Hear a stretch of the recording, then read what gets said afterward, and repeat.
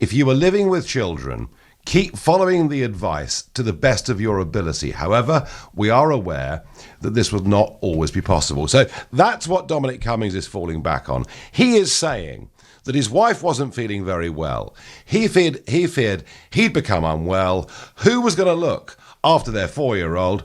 I know, I've got a niece 260 miles away who's volunteered to do it. That is the reason that he went up to Durham. That's the reason we've been given for him going up to Durham. Is that absolutely, literally a strict breach of the rules? It's questionable.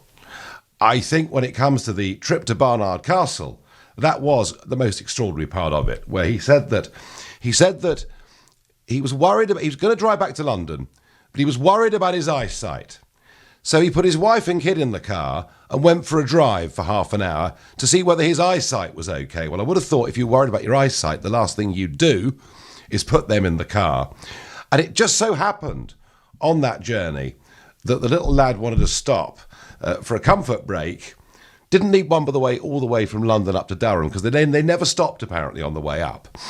And while they were there, they just happened to find there was a nice river there, and they sat down beside it. Look, that isn't credible or believable in any way at all. And look, you know, from the start of this, I've said if people want to go out into the fresh air, into the countryside and social distance, I'm not personally very bothered about it. But if you're the people making the rules and insisting the rest of the country effectively is not allowed to do those things, it puts you in a very difficult position.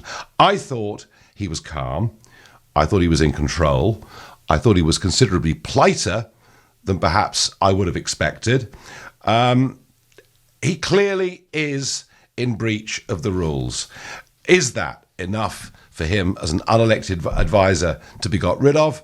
I'll tell you what I will say.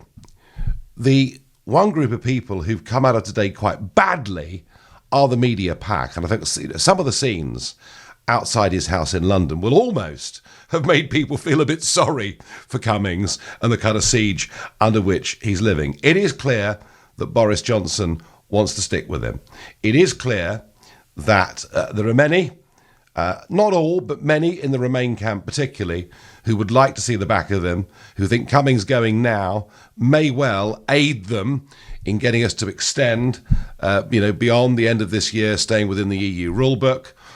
Has he done enough to convince you? He hasn't. Well, look, I don't think he's 100% telling the truth, but I don't necessarily think what he's done is a capital offence. That's my view.